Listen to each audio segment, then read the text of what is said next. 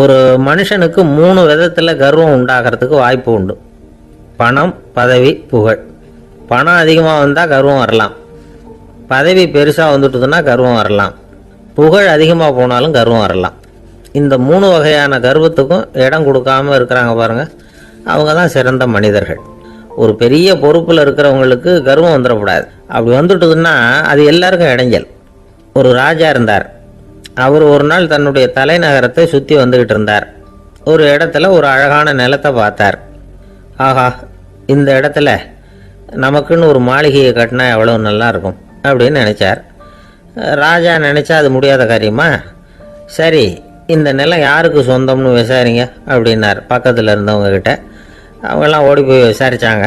அந்த இடம் ஒரு வயசான கிழவிக்கு சொந்தம், வயசான அம்மாவுக்கு சொந்தமாக. அந்த அம்மா தான் அதில் ஒரு குடிசையை போட்டு குடியிருந்துகிட்டு இருக்கிறாங்க. சரி, அந்த நிலத்துக்கு ஒரு விலையை நிர்ணயம் பண்ணி அதை அந்த வயசான அம்மாக்கிட்ட கொடுத்துருங்கோ அப்படின்னு உத்தரவு போட்டார் ராஜா. ஆனால் அந்த அம்மா இது எங்கள் பூர்வீக இடம், இதை விற்க மாட்டேன் அப்படின்னு சொல்லிவிட்டுது. சரி, 2 பங்கு விலை கொடுக்குறோம்னு சொல்லி பாருங்க அப்படின்னாங்க. அப்படியே சொன்னாங்க அரண்மனை ஆட்கள். அதுக்கும் சம்மதிக்கலை அந்த அம்மா. இதை கேள்விப்பட்டதும் ராஜாவுக்கு கோபம் வந்துட்டுது.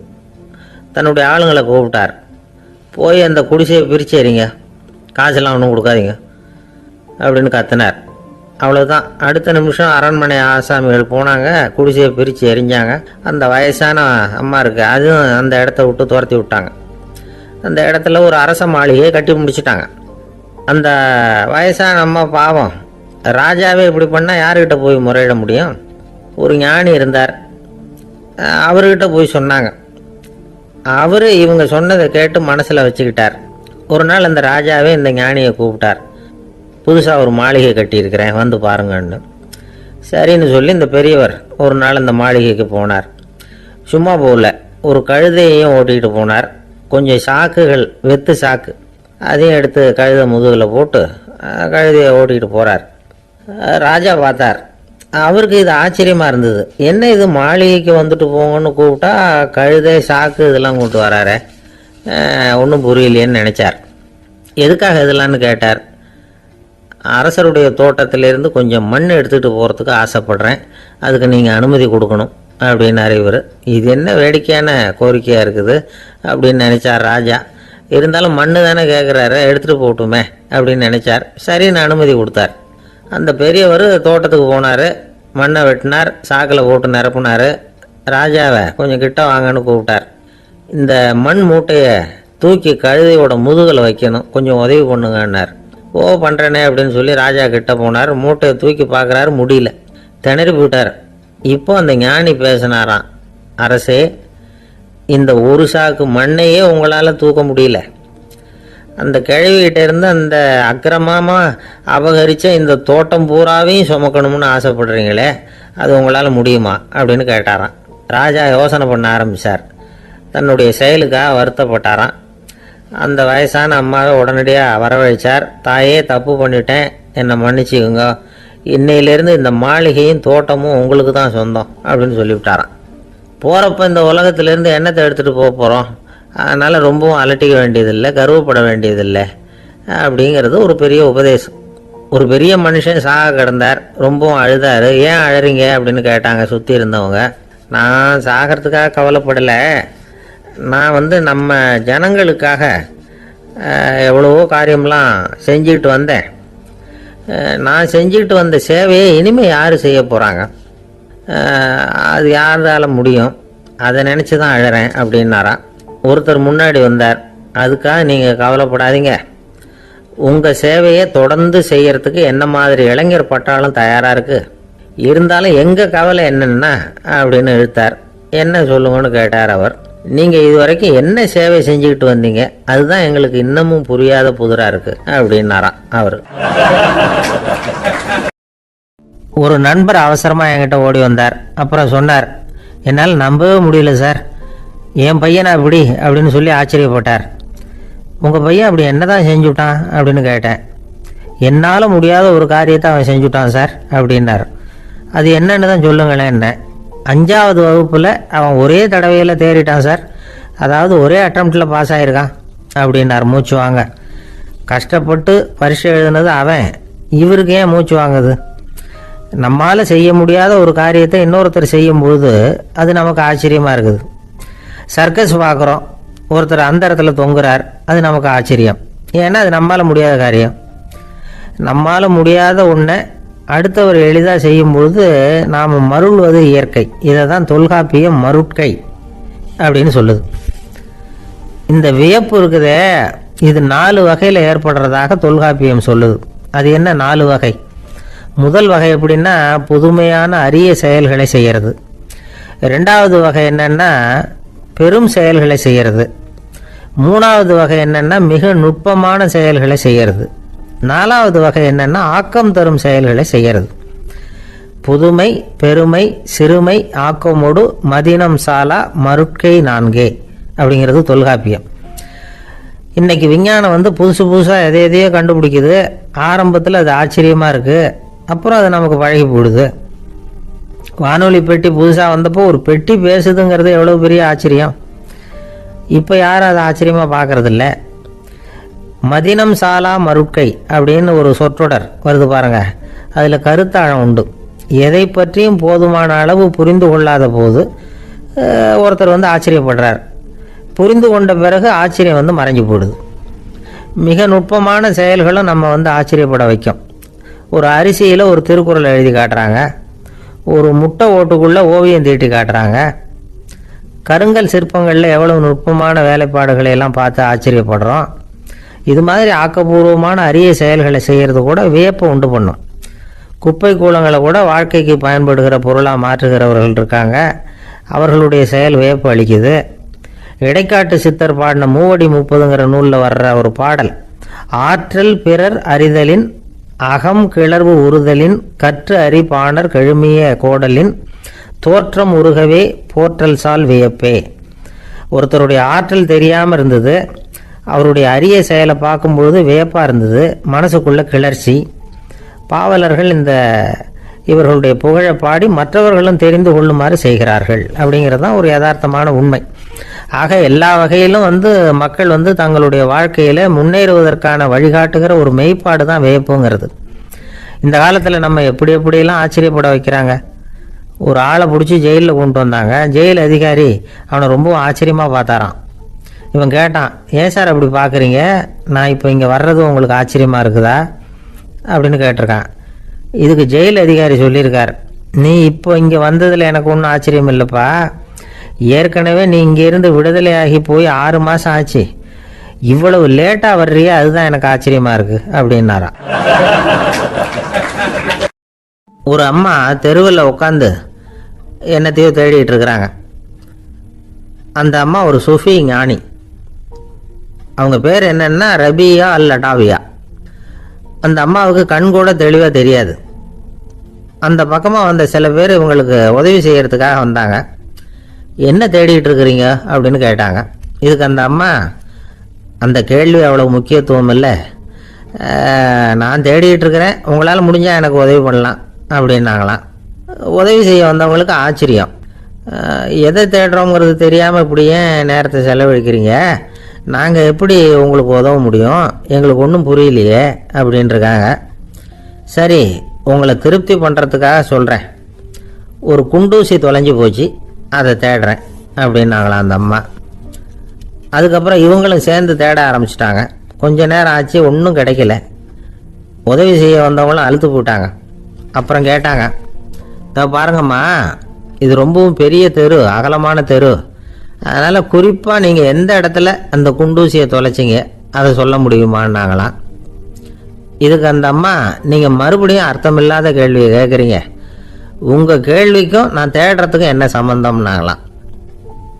இதை கேட்டதும் அவங்க ஒரு மாதிரி ஆயிட்டாங்க. என்னம்மா நீங்கள் பைத்தியம் மாதிரி பேசுகிறீங்க அப்படின்னாங்களாம். சரி, உங்களை மறுபடியும் திருப்திப்படுத்துறதுக்காக சொல்கிறேன், அதை நான் எங்கள் வீட்டில் தொலைச்சுட்டேன் அப்படின்னாங்களாம். அப்புறம் எதுக்காக இங்கே தேடிட்டு இருக்கிறீங்க அப்படின்னு கேட்டிருக்காங்க.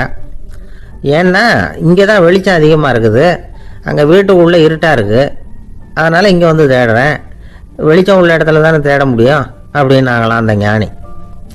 இந்த கதைக்கு என்ன அர்த்தங்கிறத பெரியவங்க சொல்கிறாங்க. அதாவது இந்த தேடுதல்ங்கிறது ஒரு வியாதி. அது நம்ம சதா அலைய வைக்கும். பைத்தியமாக மாற்றுறதுக்கு முயற்சி பண்ணோம். ஒரு காலம் அது நிறைவு அடையவே அடையாது.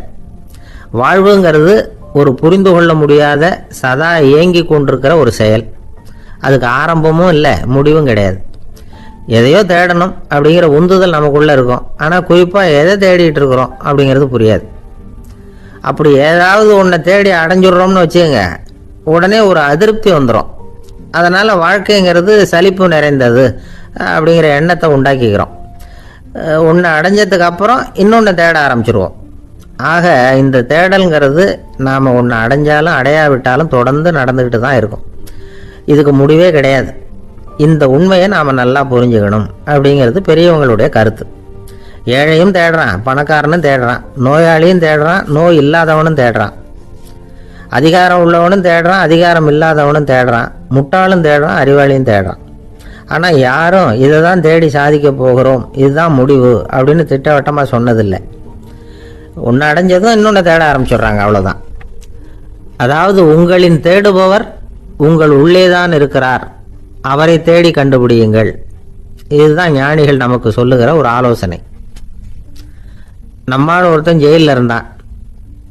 இன்னொரு கைதி அவனை பார்த்து கேட்டான், ஏன்பா உன்னை பார்க்குறதுக்கு வெளியிலேருந்து யாருமே இங்கே வர்றது இல்லையே, உனக்கு சொந்தக்காரங்களே கிடையாதா அப்படின்னு கேட்டானா. ஏன் இல்லை, எனக்கு சொந்தக்காரங்க நிறைய பேர் உண்டு, அவங்க என்னை பார்க்க வராததுக்கு காரணம் வேற அப்படின்ட்டுருக்கான் இவன். என்ன காரணம்னு கேட்டான் அவன். அதுக்கு இவன் சொன்னானா, அதுக்கு என்ன காரணம்னா அவங்க எல்லாரும் இங்கே உள்ளேயே இருக்கிறாங்க அப்படின்னானா. ஒரு சீன தேசத்து அரசர் இருந்தார். அவருக்கு வயசாயிட்டுது. அவருக்கு அடுத்தபடியாக அவருடைய புள்ள பட்டத்துக்கு வரணும், ஆட்சி பொறுப்பை ஏற்றுக்கணும். ஒரு நல்ல தலைவனுக்கு இருக்க வேண்டிய பண்புகள்லாம் தன்னுடைய மகனுக்கு இருக்கணும்னு விரும்பினார் அந்த அரசர். அதனால் இளவரசனை பக்கத்தில் இருந்த ஒரு குரு கிட்ட அனுப்புனார். இளவரசன் அவர்கிட்ட போய் சேர்ந்தான். அந்த குரு என்ன பண்ணார் தெரியுமா, இவனை பார்த்து சொன்னார், இதை பாருப்பா, நீ என்ன பண்ணுற, இப்போவே பக்கத்தில் இருக்கிற காட்டுக்கு போ, நடு காட்டில் போய் ஒரு இடத்துல உட்காந்துக்கோ, அங்கே என்னென்ன சத்தம்லாம் உன் காதில் விழுதுன்னு கவனித்து கேளு, உன் காதில் விழுந்த ஓசைகள் என்னென்னங்கிறத என்கிட்ட சொல்லு, அதுதான் எனக்கு தெரியணும், உனக்கு வேலையும் அதுதான் அப்படின்னு சொல்லி அனுப்பி வச்சுட்டார். இளவரசன் காட்டுக்கு போனான். குரு சொன்னபடியே ஒரு இடத்துல உட்காந்து கவனித்து கேட்டான். அதுக்கப்புறம் குருக்கிட்ட திரும்பி வந்தான். என்னென்ன சத்தம்லாம் கேட்ட அப்படின்னு கேட்டார் குரு. குருவே, காட்டில் நான் பறவைகள் சத்தம்லாம் கேட்டேன், மிருகங்களின் ஓசையையும் கேட்டேன், இதை தவிர இடி மின்னல் மழை இதுகளோட சத்தத்தையும் கேட்டேன் அப்படின்னா. குரு யோசனை பண்ணார், நீ இன்னமும் சரியாக கேட்கல, அதனால் மறுபடியும் காட்டுக்கு போ, கொஞ்ச நாள் தங்கியிருந்து கேட்டுட்டு வா அப்படின்னார். இளவரசனுக்கு ஒன்றும் புரியல. இருந்தாலும் குருவின் கட்டளையாச்சே, மறுக்க முடியுமா? உடனே அவன் மறுபடியும் காட்டுக்கு போனான். ஒரு இடத்துல உட்காந்தான். கொஞ்ச நேரம் உன்னிப்பாக கவனித்து கேட்டான். சில நாள் கழித்து குருக்கிட்ட திரும்பி வந்தான். குருவே, இந்த தடவை சில துல்லியமான சத்தங்களை எல்லாம் கேட்டான். தேனி பறக்கிற சத்தம், நீரோடையின் மெல்லிய ஓசை, இதெல்லாம் கேட்டேன்னா. குரு சிரித்தார். நீ மறுபடியும் காட்டுக்கு போ, இன்னும் சில நாள் அங்கே இரு, முழுமையாக கவனமாக கேட்டுட்டு வா அப்படின்னு சொல்லி அனுப்பி வச்சுட்டார். இளவரசனுக்கு குழப்பம் அதிகமாயிட்டுது.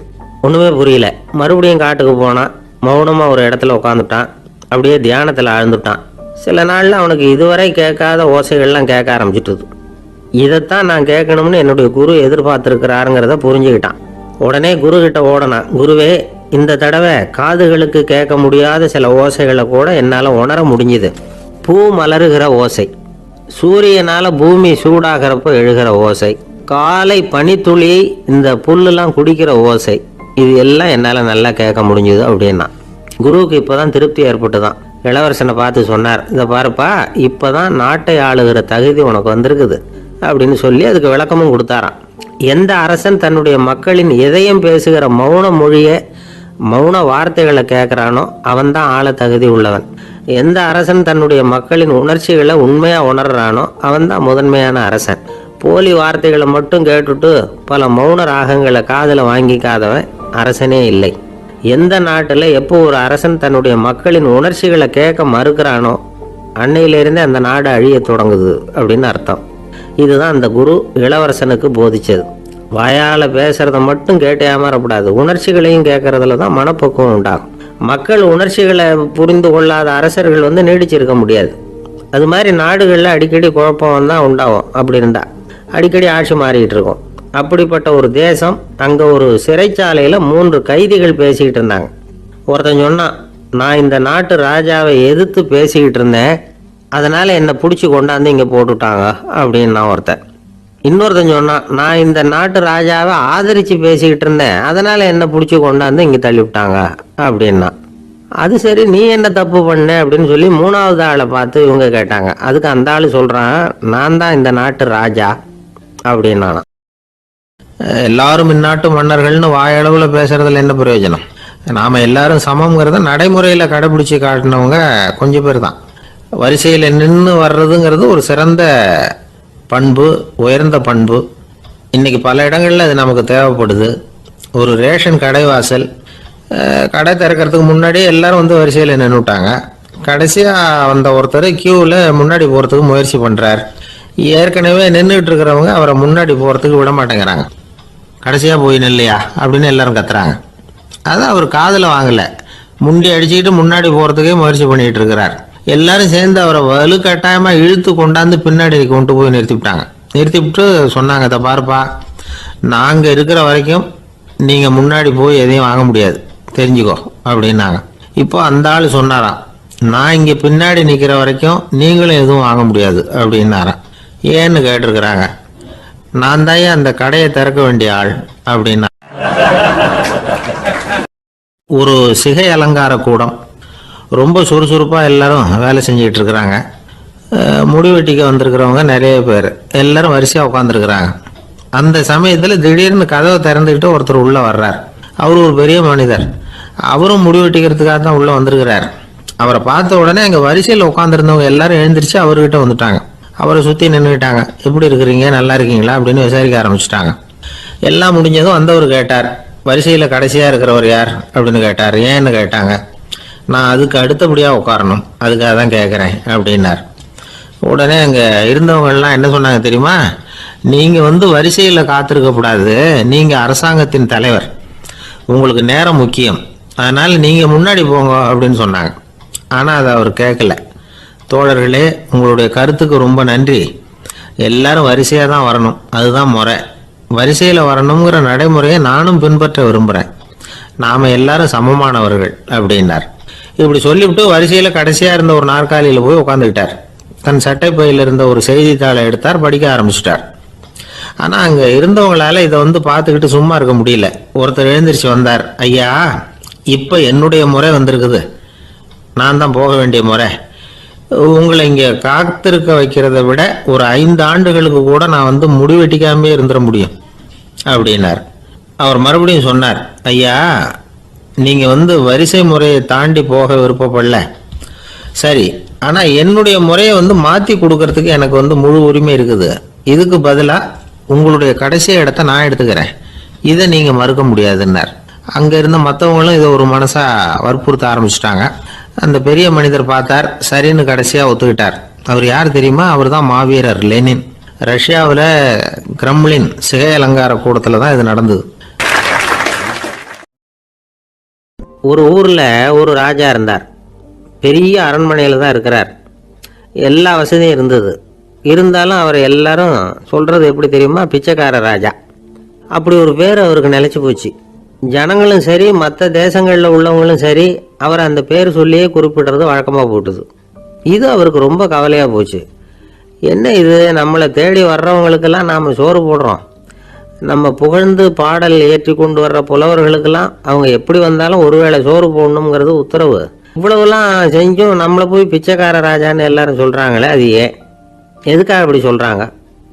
இதுதான் ராஜாவுக்கு குழப்பம். சரி, இதை பற்றி நம்ம அமைச்சர்கள்கிட்ட கேட்கலாமா அப்படின்னு யோசனை பண்ணார். இந்த விஷயத்தை போய் அவங்கக்கிட்ட எப்படி கேட்குறதுன்னு அவருக்கு தயக்கமாக இருந்தது. கௌரவ குறைச்சலாக தெரிஞ்சுது அவருக்கு. சரி, சாதாரண குடிமக்கள்கிட்ட இதை பற்றி கேட்கலாமா அப்படின்னு யோசனை பண்ணார். கேட்கலாம், ஆனால் அவங்க யாரும் ராஜா முன்னாடி வந்து நின்று தைரியமாக பேசக்கூடிய அளவுக்கு இல்லை. ராஜாவோட குழப்பம் நாளுக்கு நாள் அதிகமாக போச்சு. கடைசியாக அவர் ஒரு முடிவுக்கு வந்தார். அதாவது, இதை பற்றி ஒரு பிச்சைக்காரங்கிட்டே கேட்டு பார்த்துட்டா என்ன. இதுதான் அவர் பண்ண முடிவு. உடனே மாறு வேஷம் போட்டுக்கிட்டு நகர்வலம் போனார். ஒரு பிச்சைக்காரனை கண்டுபிடிச்சார். இதை பாருப்பா, நம்ம ராஜாவை எல்லாரும் பிச்சைக்கார ராஜான்னே சொல்கிறாங்களே, அதுக்கு என்ன காரணமாக இருக்கும் அப்படின்னு கேட்டார். அதுக்கு அவன் சொல்கிறான், இதுக்கான பதிலை இன்னும் ஒரு 30 நாளில் சொல்கிறேன் அப்படின்னா. உடனே இவருக்கு சந்தோஷம். உண்மையை அவங்ககிட்ட சொன்னார். நான் வேற யாரும் இல்லை, நான் தான் இந்த நாட்டு ராஜா. இப்போ நீ என் கூடவே வந்துடு, அரண்மனையிலேயே தங்கிக்கோ. 30 நாள் கழித்து எனக்கு பதில் சொல்லிவிட்டு அதுக்கப்புறமா நீ போகலாம் அப்படின்னு சொல்லி அழைச்சிட்டு வந்துட்டார். அரண்மனையில் ஒரு மூலையில் அவன் தங்கறதுக்கு இடம் கொடுத்தார். தினம் 2 வேளையும் இவனுக்கு சோறு போடுங்க அப்படின்னு உத்தரவு போட்டார். ராஜா கொடுத்த இடத்துல போய் உக்காந்துக்கிட்டான் அந்த பிச்சைக்காரன். தினமும் அந்த அரண்மனையில் நடக்கிறதையெல்லாம் கவனிச்சிக்கிட்டு வந்தான். வேளைக்கு சாப்பாடு வரும், சாப்பிட்டுக்கிட்டு இருக்கான். இப்படி 30 நாள் முடிஞ்சுது. ராஜா வந்தார். என்னோட கேள்விக்கு பதில் என்னன்னு கண்டுபிடிச்சிட்டியான்னார். கண்டுபிடிச்சிட்டேன்னா. என்ன எல்லாரும் பிச்சைக்கார ராஜான்னு சொல்கிறாங்களே, அது நியாயமாக படுதா உனக்குன்னு கேட்டார். நியாயமாக தான் படுது, சந்தேகம் இல்லாமல் நீங்கள் பிச்சைக்கார ராஜா தான். என்னதான் நீங்கள் வசதியோடவும் படைபலத்தோடவும் இருந்தால் கூட நீங்கள் எங்கள் வர்க்கத்தை சேர்ந்த ஆசாமி தான் அப்படின்னு அடித்து சொல்லிவிட்டான் அந்த ஆள். எதனால் அப்படி சொல்கிறேன்னு கேட்டார் இவர். அரசே, ஒரு உண்மையை கண்டுபிடிச்சி சொல்கிறதா நான் உங்ககிட்ட சொன்னேன். நீங்கள் ராஜ பரம்பரைன்னா உடனே உங்கள் கழுத்தில் கிடக்கிற முத்து மாலையை கழட்டி பரிசாக கொடுத்துருப்பீங்க, பொண்ணையும் மணியையும் கொடுத்துருப்பீங்க. ஆனால் நீங்கள் அப்படி செய்யலை. என்னை ஒரு மூலையில் உட்கார வச்சு 2 வேளை சோறு போட சொன்னீங்க. உங்களை தேடி யார் வந்தாலும், யார் பாராட்டி பேசினாலும் அல்லது பிரச்சனைகளை சொன்னாலும் நீங்கள் செய்கிற ஒரே காரியம் சோறு போடுறது தான். பிச்சைக்காரனுக்கு சோறு மட்டும்தான் உலகம். உங்கள் விஷயத்திலையும் நீங்கள் அப்படி தான் நினைக்கிறதாக தெரியுது. நல்லா கவனிங்க. எந்த ஒரு பிரச்சனைக்கும் சோறு தான் முடிவுன்னு நினைக்கிறீங்க பாருங்கள். நீங்கள் சந்தேகமில்லாத எங்களை சேர்ந்த ஆளு தான் அப்படின்னு விட்டான் அந்த பிச்சைக்காரன். அதுக்கப்புறம் தான் அந்த ராஜா தன்னுடைய தவறுகளை எல்லாம் தேர்த்திக்கிட்டாராம். பசின்னு வர்றவங்களுக்கு சோறு தான் போடணும், அது தப்பு இல்லை. பாராட்ட வர்றவங்களுக்கெல்லாம் சோத்தையே போட்டு அனுப்புனா இப்படி தான் பேர் வரும். எனக்கு தெரிஞ்ச ஒருத்தர் தினமும் யாராவது ஒருத்தரை தன் வீட்டுக்கு அழைச்சிட்டு போவார், சாப்பாடு போட்டு அனுப்புவார். முன்னறிவிப்பு இல்லாமல் திடீர்னு ஒரு விருந்தாளியோட வீட்டில் போய் இவர் நிற்கிறது வழக்கம். அந்த அம்மாவும் இவருக்காக தயார் பண்ணி வச்சிருந்ததை இவர் அழைச்சிட்டு வந்திருக்கிற விருந்தாளிக்கு போட்டுருவாங்க. விருந்தாளி சாப்பிட்டுட்டு போனதுக்கப்புறம் இவர் மனைவி கிட்ட உனக்கு சிரமம் வேணாம் அப்படின்னு சொல்லிவிட்டு பக்கத்தில் உள்ள ஒரு ஹோட்டலுக்கு போய் காசு கொடுத்து சாப்பிட்டுட்டு வந்துடுவார். பல நாள் இப்படி நடக்கும். ஒரு நாள் அவரை தனியாக கூப்பிட்டுக்கிட்டு போய் ஏன் இப்படி பண்ணுறீங்கன்னு கேட்டோம். அதுக்கு அவர் சொல்கிறாரு, எங்கள் வீட்டு சாப்பாட்டிலேருந்து தப்பிக்கிறதுக்கு எனக்கு வேற வழி எதுவும் தெரியல சார், அதனால தான் இப்படி பண்ணிட்டு இருக்கிறேன் அப்படின்னார் ரொம்ப பரிதாபமாக. ஒருத்தன் எப்படி நடந்துக்கிறாங்கிறத வச்சு தான் அந்த ஆள் எப்படிங்கிறத நாம் முடிவு பண்ணுறோம். ஆளுமைன்னு சொல்கிறோம்ல, அதுக்கு சூழ்நிலைகளை ஆளுகின்ற தன்மை அப்படின்னு விளக்கம் கொடுக்குறார் ஒரு உளவியல் நிபுணர்.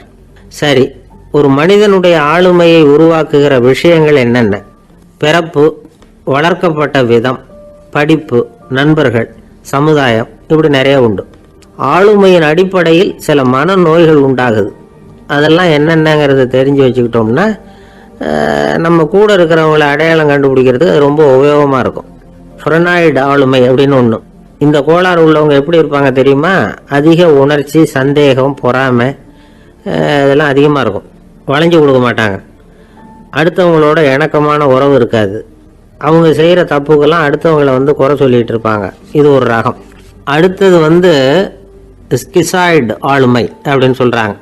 இந்த கோளாறு உள்ளவங்க அடுத்தவங்களோட பழக கூச்சப்படுவாங்க. சின்ன வயசுலேயே இது ஆரம்பமாயிடுது. பகல் கனவுலேயே சஞ்சரிப்பாங்க. அவங்களுடைய விரோதம், கோபம் இதை கூட வெளியில் காட்டிக்க முடியாமல் இருப்பாங்க. இவங்களுக்கு அகமுகம், பிரச்சனைகள்லேருந்து ஒதுங்கி எதுலேயும் ஈடுபாடு இல்லாதவங்களாக இருப்பாங்க. இப்படி ஒரு ரகம். அடுத்தது சைக்ளோதமிக் ஆளுமை அப்படின்னு சொல்கிறாங்க. அது என்னென்னா, உணர்ச்சிகளில் ஏற்றத்தாழ்வு அதிகமாக இருக்குமா. சில சமயம் பார்த்தா மகிழ்ச்சியாக இருப்பாங்க, சில சமயம் சோகமாக உட்காந்துருப்பாங்க. அவங்க மனநிலைக்கு தகுந்த மாதிரி சமூக நிகழ்ச்சிகளில் பங்கெடுத்துக்குவாங்க. இன்னொரு வகை என்னென்னா எண்ணப்பீடிகை ஆளுமை அப்படின்னு பேர் வச்சுருக்கிறாங்க. அதுக்கு இவங்களுக்கெல்லாம் கரெக்டாக இருக்கணும், எல்லாம் சட்டத்திட்டம் இதுலேயும் ஒரு ஒழுங்குமுறை, இப்படி எதிர்பார்க்குற மனோபாவம். இவங்க எதிர்பார்ப்புக்கும் அரண்முறைக்கும் மற்றவங்க கட்டுப்படணும்னு நினைப்பாங்க. இந்த நிலைமை நீடிச்சா என்ன ஆகும் தெரியுமா? அலைக்கழிக்கிற எண்ணங்கள் திரும்ப திரும்ப ஒரே செயலை செய்ய தூண்டுற மன தளர்ச்சிக்கு ஆளாயிடுறாங்க. அடுத்தது ஹிஸ்டீரியா ஆளுமை. சின்ன விஷயத்தையெல்லாம் பெருசுபடுத்தி நாடகமாக்குற நடிகர்கள் இவங்க. உணர்ச்சி அதிகம் உள்ளவங்க. இவங்க மன எழுச்சியில் பக்குவமின்மை, குழந்தைத்தனம், முதிர்ச்சியின்மை எல்லாம் இருக்கும். தன்னலம் மிக்க குணம், பிறர் தன்னை மட்டுமே கவனிக்கணும்னு நினச்சி செயல்படுறது, இதெல்லாம் இவங்க அடையாளம். அடுத்த ரகம் எப்படின்னா வளர்ச்சியற்ற ஆளுமைன்னு சொல்கிறாங்க. அடுத்தவங்களோட இணங்கி போக முடியாதவங்க, அறிவு, மன எழுச்சி, சமூக உறவு இதில் எல்லாம் போதுமான வளர்ச்சியையும் நிறைவையும் பெற முடியாதவங்க, இவங்களால வாழ்க்கையில் முன்னேற முடியாது. பிச்சைக்காரங்க, குற்றவாளிகள், இவங்ககிட்டெல்லாம் இது மாதிரியான ஆளுமை அதிகமாக இருக்குமா. அடுத்தது என்னென்னா சோர்வு உடைய ஆளுமை. எதுலேயும் உற்சாகம் இல்லாமல் சோர்ந்து போயிருப்பாங்க. அதுக்கெல்லாம் நமக்கு வலிமை இல்லைப்பா அப்படின்னு சொல்லிட்டு இருப்பாங்க. சின்ன விஷயங்களுக்கெல்லாம் அதிர்ச்சி அடையிறது, வாழ்வின் சுவையை அனுபவிக்க முடியாதவங்க. இன்னொரு ரகம், இது கொதித்தெழும் ஆளுமைங்கிறாங்க. எதுக்கு எடுத்தாலும் ஆத்திரம், குரோதம், வன் செயல் இதுலெல்லாம் ஈடுபாடு, இப்படி உள்ளவங்க. நத்தை வகை ஆளுமை அப்படின்னு ஒன்று. அடுத்தவங்க மேலே விரோதம் இருக்கும், அடிக்கணுங்கிற எண்ணம் இருக்கும். ஆனால் அதை அப்படியே வெளியில் காட்டாமல் அதே சமயம் அமைதியான முறையில் வெறுப்பை வெளிக்காட்டுற ரகம். இவங்கெல்லாம் பேசாமல் கம்முன்னு இருந்துக்கிட்டே நினச்சதை நிறைவேற்றிக்கிடுவாங்க. முன்ஜாக்கிரதை ஆளுமை அப்படின்னு ஒரு ரகமா. பாதுகாப்பின்மை, சந்தேகம், முழுமையின்மை, அறவேக்காட்டுத்தனம் இந்த மனப்போக்கு அதிகமாக இருக்கிறதுனால அகம்பாவம், புடிவாதம், எச்சரிக்கை எல்லாம் அளவுக்கு மீறி இருக்கும். இதுவரைக்கும் நாம் பேசிக்கிட்டு இருந்த ஆளுமை பண்புகள் அளவுக்கு அதிகமாக போயிட்டுதுன்னா ஆளுமை கோளாறுகள் ஏற்படும். அதன் அடிப்படையில் மனவியாதிகள் வருமா. அதனால் இணக்கமான, எல்லாரும் விரும்புகிற இயல்பான ஆளுமையை பெறுவதற்கு நாம் முயற்சி செய்யணும் அப்படிங்கிறது மனோதத்துவ நிபுணர்களுடைய ஆலோசனை. ஒருத்தர் ஒரு மனோதத்துவ டாக்டரை தேடிட்டு வந்தாராம். டாக்டர், எனக்கு மனசில் ஏதோ வியாதி, ஆளுமை கோளாறு, அதாவது எனக்கு சீக்கிரமாக செத்து போனால் தேவையில்லைன்னு தோணுது அப்படின்னாராம். உடனே அந்த டாக்டர், சரி அப்படின்னா இங்கே இருங்க, நான் வைத்தியம் பார்க்குறேன் அப்படின்னாராம். ஆஃபீஸை முடிஞ்சு வீட்டுக்கு போகிற சமயத்தில் ஒருத்தர் கடைக்கு போய் ஸ்வீட் வாங்கினார். சரி, வீட்டுக்கு பிள்ளைங்களுக்கு தான் வாங்கிட்டு போகிறார் அப்படின்னு மற்றவங்க நினச்சாங்க. அவர் அப்படி செய்யல. அந்த இடத்துலையே பொட்டலத்தை பிரித்தார். திருட மாதிரி அப்படியே சுற்றி ஒரு தரம் பார்த்துக்கிட்டார். யாரும் தெரிஞ்சவங்க இல்லைங்கிறத முடிவு பண்ணிவிட்டு அவசரமாக அதை அப்படியே போட்டு முழுகிவிட்டு கையை தொடச்சிக்கிட்டு நல்ல பிள்ளை மாதிரி நடந்து போக ஆரம்பிச்சிட்டார். அவர் யாருன்னா, அவரோட பிரச்சனை எல்லாருக்கும் தெரியாது, சில பேருக்கு தான் தெரியும். அதாவது அவர் உடம்பில் சர்க்கரை இருக்குதுன்னு டாக்டர் சொல்லிவிட்டாராம். அதனால் வீட்டில் சர்க்கரையே இவர் கண்ணில் காட்டுறதில்ல. அதனால் இவர் யார் கண்ணிலையும் படாமல் இப்படிப்பட்ட வேலைகள்லாம் செய்கிறது வழக்கம். யாருக்கும் தெரியாமல் இப்படி ஸ்வீட்டை வாங்கி சாப்பிட்டுட்டு அவர் பாட்டுக்கு போயிடுறது. இப்படிப்பட்டவங்களுக்கெல்லாம் கொஞ்சம் ஆறுதலான தகவல் இன்றைக்கி. அது என்னென்னா, நாம் சாப்பிட்ற சர்க்கரைக்கும் நம்ம உடம்பில் உள்ள சில கோளாறுகளுக்கும் அப்படி என்ன தான் சம்மந்தம் இருக்குது. இதை பற்றி சமீபத்தில் சில ஆராய்ச்சிகள்லாம் நடந்திருக்குது. ஏன்னா சர்க்கரைன்னாவே விஷம் மாதிரி அதை பார்க்குறவங்களும் சில பேர் உண்டு. சின்ன பிள்ளைங்களுக்கு வயத்தில் பூச்சி உண்டாகிறதுலேருந்து பெரியவங்களுக்கு நீரிழிவு வர்ற வரைக்கும் எல்லாத்துக்கும் சர்க்கரை தான் காரணம்னு சொல்லிகிட்டு இருக்கிறோம். ஆனால் அந்த அளவுக்கு பயப்பட வேண்டிய அவசியம் இல்லை அப்படின்னு சொல்கிறாங்க. சர்க்கரை வியாதி, இருதய நோய், பித்த நீர்ப்பை நோய், இதெல்லாம் சில நோய்கள்லாம் நாம் சாப்பிட்ற சர்க்கரைக்கும் தொடர்பு இருக்குன்னு நினைக்கிறோம். ஆனால் அப்படி சம்பந்தம் உண்டுங்கிறதுக்கு போதுமான அளவுக்கு ஆதாரம் இல்லை அப்படிங்கிறாங்க ஆராய்ச்சியாளர்கள். ஒரே ஒரு சம்பந்தம் தான் உறுதியாக இருக்குதான்.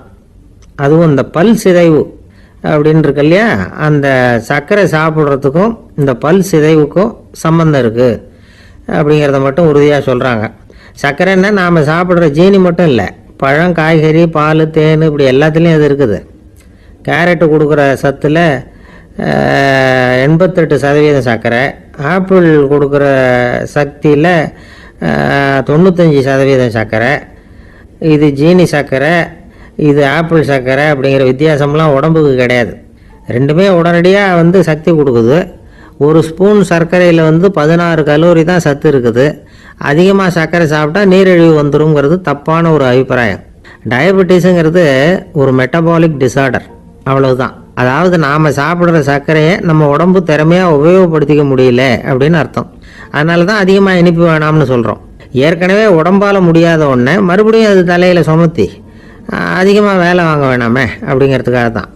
ஆகாரத்தில் அதிகமாக சர்க்கரை இருந்தால் அதனால் உடனே சர்க்கரை வியாதி வந்துடும்ங்கிறதுக்கு விஞ்ஞான ரீதியாக போதுமான ஆதாரம் இல்லை. அதனால் எப்போவாவது அதிகமாக ஸ்வீட்டு சாப்பிட்டுட்டா ஐயோ அதிகமாக சாப்பிட்டோமோ என்ன பண்ண போதோ தெரியலையே அப்படின்னு நினச்சி மனசை போட்டு குழப்பிக்க வேண்டியதில்லை. பொதுவாக எதுவுமே அதிகமாக வேண்டாம், எல்லாம் சீராக இருந்தால் போதும். நீரிழிவுங்கிறது புதுசாக வந்துட்ட ஒரு நோய் இல்லை, ரொம்ப காலமாகவே இருக்கிற ஒன்று தான். நம்ம முன்னோர்கள் இதை மதுமேகம் அப்படின்னு சொல்லுவாங்க. அதை கட்டுப்படுத்துறதுக்கு அவங்களே சில வழிமுறையை சொல்லி வச்சுருக்கிறாங்க. அது என்னென்னா வேறு ஒன்றும் இல்லை, இந்த பாவக்காய், முள்ளங்கி, அருகம்புல், அவ்வளவுதான். வெள்ளை முள்ளங்கி இருக்குல்ல, அதை வாரத்துக்கு 3 நாள் சாப்பிட்டுக்கிட்டு வாங்க. நூலுக்கோல் ரொம்ப நல்லது. இல்லைன்னா முள்ளங்கி சாறு 1 ounce சாப்பிட்டுட்டு வரலாம். ரத்தத்தில் சேர்கிற சர்க்கரை அளவு இதெல்லாம் கட்டுப்படுத்துது. சிறுநீரில் காணப்படுகிற சர்க்கரை அளவையும் சமநிலைப்படுத்துது. தினமும் ஆகாரத்தில் கோதுமை, கேழ்வரகு, வெந்தயம், கருவேப்பிலை, சோயாபீன்ஸ் எது கிடைக்குதோ சேர்த்துக்கலாம். இப்படிலாம் செஞ்சுக்கிட்டு வந்தால் அப்புறம் வீட்டுக்கு தெரியாமல் கடையில் போய் நின்றுக்கிட்டு ஸ்வீட் வாங்கி திருட்டுத்தனமாக சாப்பிட வேண்டிய அவசியமே உங்களுக்கு வராது. 2 ஆசாமிகள் கடற்கரையில் உட்காந்து சாவகாசமாக பேசிக்கிட்டு இருந்தாங்களாம். ஒருத்தர் சொன்னார், இன்னொருத்தருக்கு தெரியாமல் ஸ்வீட்டு சாப்பிட்றதே எப்பவும் இடைஞ்சல் தான் சார். நேற்றுக்கு பாருங்கள், அப்படி தான் சாப்பிட்டுக்கிட்டு இருந்தேன், வீட்டுக்காரி கண்ணில் போட்டுவிட்டுது, அதுக்கப்புறம் ஒரே ரகலையாக போச்சு அப்படின்னாராம். எனக்கு கூட அப்படி தான் சார் ஆகிட்டுது, ஒரே ரகலை அப்படின்னாராம் இன்னொருத்தர். நீங்கள் சாப்பிட்டதும் உங்கள் வீட்டுக்காரங்க கண்ணில் போட்டுவிட்டுதா சார் அப்படின்னு கேட்டிருக்காரு இவர். அதுக்கு அவர் சொன்னாராம், அப்படி இல்லை சார், கடைக்காரர் கண்ணில் போட்டுவிட்டுதோ, நான் அவருக்கு தெரியாமல் அந்த ஸ்வீட்டை அவர் கடையிலேருந்து எடுத்திருந்தேன் அப்படின்னு விளக்கம் கொடுத்தாராம் இந்த ஆள். ஒருத்தர் முகத்தை தொங்க போட்டுக்கிட்டு ஒரு மாதிரியாக வந்தார். என்ன விஷயம்னு விசாரித்தேன். என்னுடைய நண்பன் ஒருத்தங்கிட்ட கருத்து வேறுபாடு, இனிமேல் நமக்குள்ளே எந்த சம்மந்தமும் வேணாம்னு நட்பை முறிச்சிட்டு வந்துட்டேன்னா. நண்பர்கள்னு இருந்தால் கருத்து வேறுபாடு வரத்தான் செய்யும்னு. கருத்து வேறுபாடு வராமல் இருக்கிறதுக்கு ஏதாவது வழி உண்டா அப்படின்னு கேட்டாங்க. அதை பற்றி நிபுணர்கள் சில யோசனைகளை சொல்லியிருக்கிறாங்கன்னு. முதல் விஷயம் என்னென்னா, உங்கள் நண்பனுக்கு ஒரு செய்தி சொல்லணும்னா அதை நீங்களே நேரடியாக சொல்லுங்கள், அல்லது உங்கள் கைப்பட கடிதம் எழுதுங்க. அதாவது நேரடி தொடர்பு முக்கியம். அதை விட்டுட்டு இன்னொருத்தர் மூலமாக நண்பர்களுக்கு செய்தி அனுப்புனா நீங்கள் சொல்கிற செய்தி அப்படியே போய் சேராது, அது சேதமாயிடும். கூட்டி குறைச்சி சொல்லிவிடுவாங்க, அது குழப்பத்தில் கொண்டாந்து விட்டுரும். இது ஒரு யோசனை. 2வது யோசனை என்னென்னா, நீங்கள் ஒரு நல்ல காரியத்தை செய்யும் பொழுது உங்கள் நண்பரையும் சேர்த்துக்குங்க, அவருக்கும் அதில் ஒரு ஈடுபாட்டை உருவாக்குங்க. 3வது யோசனை, நம்ம பக்கத்தில் இருக்கிற நண்பர் மகிழ்ச்சி அடைகிற மாதிரி ஏதாவது செய்யணும். சின்ன சின்ன செயல்களாக இருந்தாலும் பரவாயில்ல, அவர் நமக்கு எதுவும் செய்யலையே, நாம் எதுக்கு செய்யணும் அப்படின்னு நினச்சிக்கிட்டு இருக்கக்கூடாது. 4வது யோசனை என்னென்னா, உங்களுக்கு ஒரு பிரச்சனையா அல்லது உங்கள் நண்பருக்கு ஒரு பிரச்சனையா, எதுவாக இருந்தாலும் 2 பேரும் சேர்ந்து உட்காந்து ஆலோசனை பண்ணுங்கள். நம்ம யோசனையும் கேட்கப்படுதே அப்படிங்கிற நினைப்பே அவருக்கு ஒரு மன நிறைவை உண்டாக்குமா. 5வது யோசனை, உங்கள் நண்பர் ஏதோ ஒரு காரியத்தை செய்கிறார், நீங்கள் உடனே அவசரப்பட்டு நீ செய்கிறது தப்புன்னு தீர்ப்பு சொல்லக்கூடாது. அவர் அதை செய்யறதுக்கான நியாயங்கள் எவ்வளோ இருக்கும், அதை புரிஞ்சுக்கிறதுக்கு முயற்சி பண்ணணும். 6வது யோசனை, உங்கள் நண்பர் என்ன சொன்னாலும் அதை பொறுமையாக கேளுங்க. அவர் சொல்கிறத புரிஞ்சுக்கணும், அவர் சொல்ல விரும்புகிறத புரிஞ்சுக்கணும், அவர் சொல்ல முடியாமல் தவிக்கிறதையும் புரிஞ்சுக்கணும். இப்படி 3 விதமாகவும் அவரை புரிஞ்சுக்கிட்டு அதுக்கு தகுந்த மாதிரி செயல்படணும். 7வது யோசனை என்னென்னா, உங்கள் நண்பர் உங்ககிட்ட ஏதோ ஒரு கருத்தை சொல்கிறார், அது உங்களுக்கு பிடிக்கல, அதுக்காக உடனே நீ சொல்கிறது சரியில்லை, நான் ஒத்துக்க மாட்டேன் அப்படின்லாம் மறுத்துக்கிட்டு இருக்கக்கூடாது. அவர் சொல்கிறத கேட்கணும், பொறுமையாக சிந்திக்கணும், அதுக்கப்புறம் பதில் சொல்லணும். இப்படிலாம் நடந்துக்கிட்டால் நண்பர்களுக்குள்ள கருத்து வேறுபாடு வர்றதுக்கு வாய்ப்பே இருக்காது அப்படின்னு வல்லுநர்கள் தொகுத்து சொல்லியிருக்கிறாங்க இந்த யோசனைகளை. எனக்கு தெரிஞ்ச சில நண்பர்கள் உண்டு, அவங்களுக்குள்ளேயும் கருத்து வேறுபாடுகள் வராமல் இருக்கிறதுக்கு சில நுட்பங்களை கையாளுறது உண்டு. ஒருத்தர் சொன்னார், அந்த டாக்டர் சின்ன வயசுலேருந்து என் கூட பழகினவர், நாங்கள் 2 பேரும் இணை பிரியாத நண்பர்கள். இருந்தாலும் எனக்கு உடம்பு சரியில்லைன்னா நான் அவர்கிட்ட வைத்தியம் பார்த்துக்க மாட்டேன் அப்படின்னார் ஒருத்தர். ஏன் அப்படின்னு கேட்டேன். எங்கள் நட்பு கெட்டுப்படக்கூடாது இல்லையா, அதனால தான் அப்படின்னா.